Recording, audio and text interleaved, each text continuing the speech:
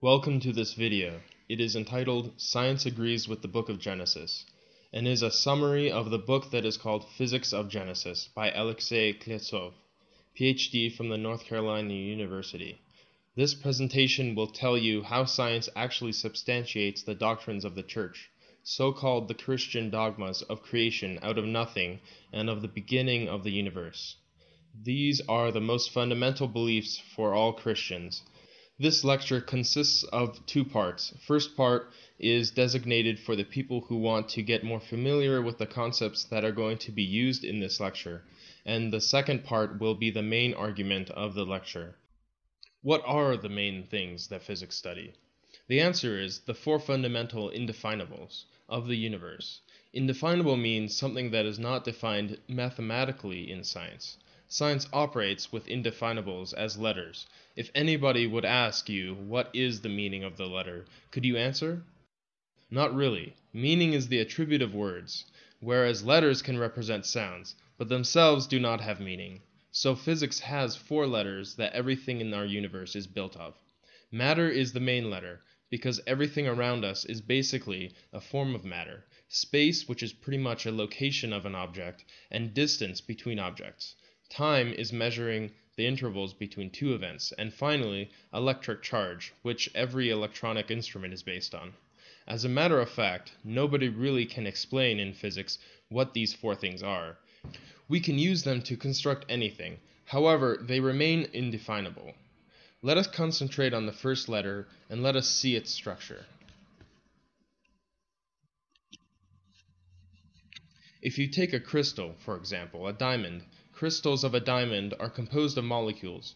In their turn, building blocks of molecules are atoms. Greeks believed that the atoms are the most fundamental blocks of matter. The ancient Greek term, of course, did not refer to what we now call atoms, but was a very creative hypothesis. Last century scientists showed theoretically and then proved experimentally that atoms also have internal structure. Atoms have even smaller building blocks, nuclei and electrons. A nucleus is very small, far less than a nanometer.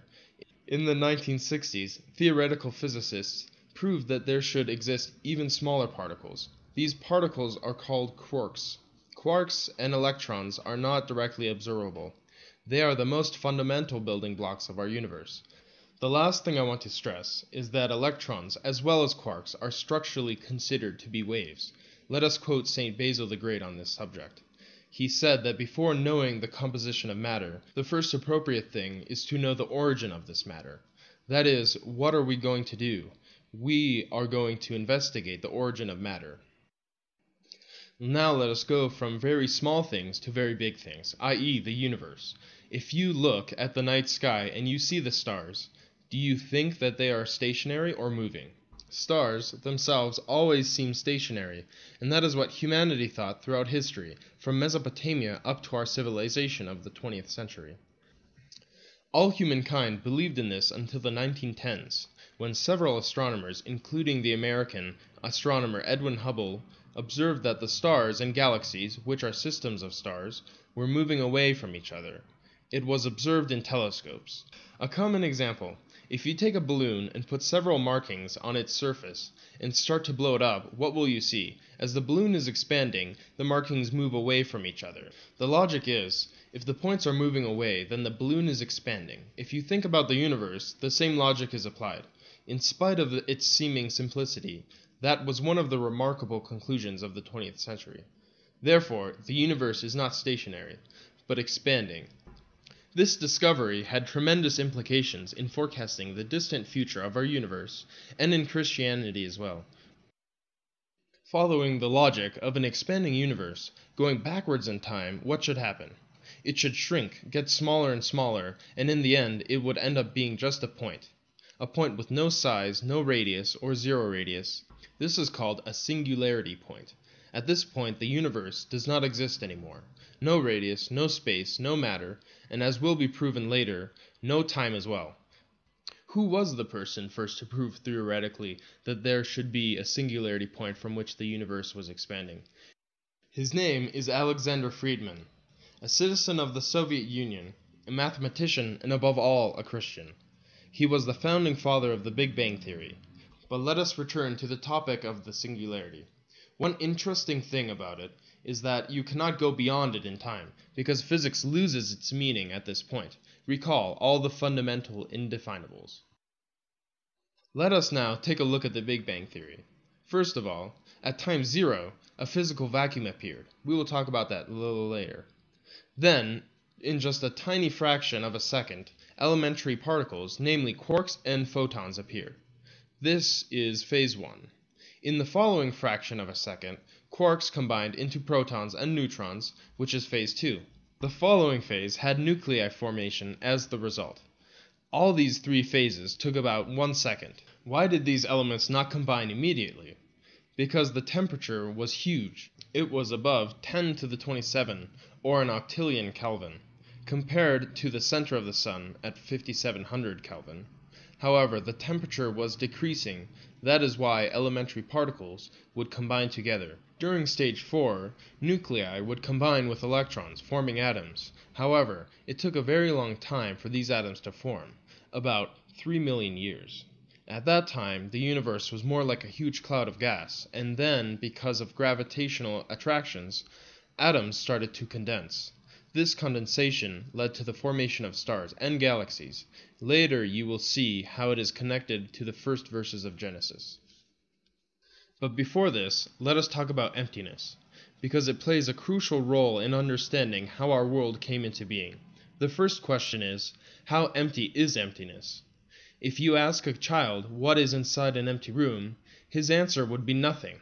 However, through our experience and knowledge we get from science, we know that it is not so.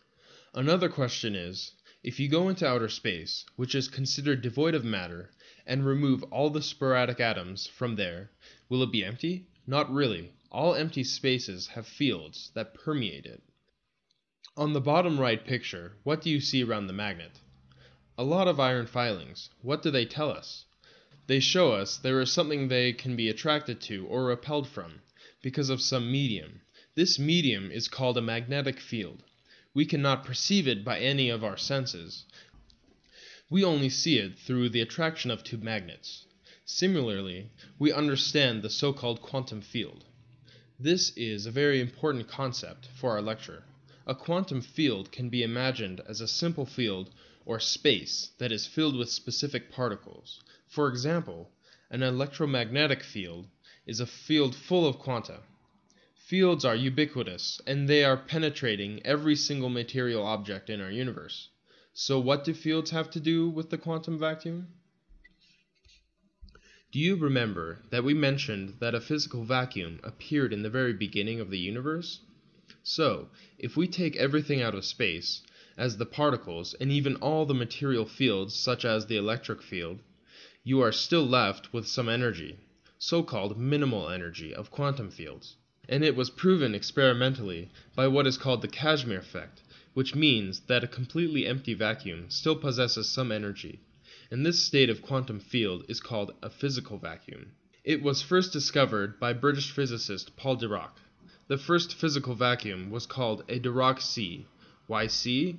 Dirac said that this field permeates all space like a huge ocean, an invisible ocean of invisible particles.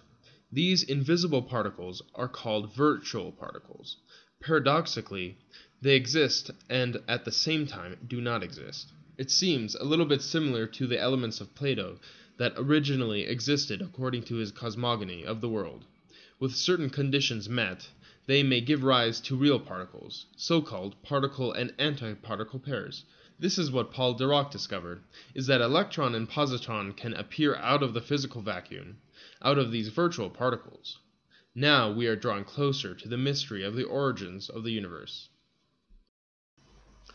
The first thing to appear, according to Erast Gliner, a famous physicist, was the physical vacuum, and only then electrons, quarks, and everything else was formed from it. A physical vacuum has some very interesting properties. First of all, it is ubiquitous, and it permeates the entire space. Secondly, the density of it remains constant, which means that if we measure its energy in every equal volume all over the space, it will be the same. Moreover, as the universe expands, the density still remains constant.